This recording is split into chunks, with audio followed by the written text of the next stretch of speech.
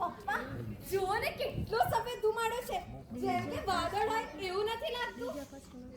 શું પપ્પા તમે બી સવારમાં ખુશીમાં બેસીને બસ છાપું જ વાંચ્યા કરો છો? હવે શું આવે આનામાં? આટલાનો મોત તો આટલાનો અકસ્માત. કાલે જ કેટલું ભયંકર ગોધરાકાંડ થયું. સવાર બગડે પપ્પા, સવારમાં શું મારવાની વાતો?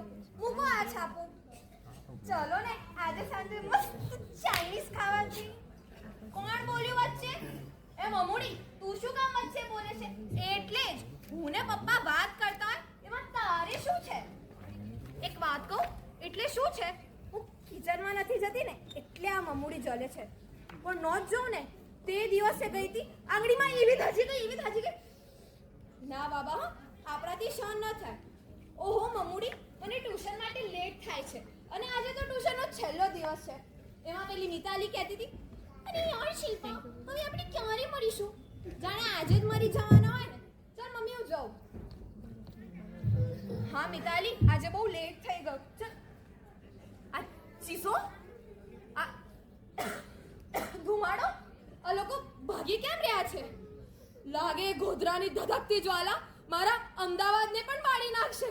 મને ઘરે જવું પડશે. મારું ઘર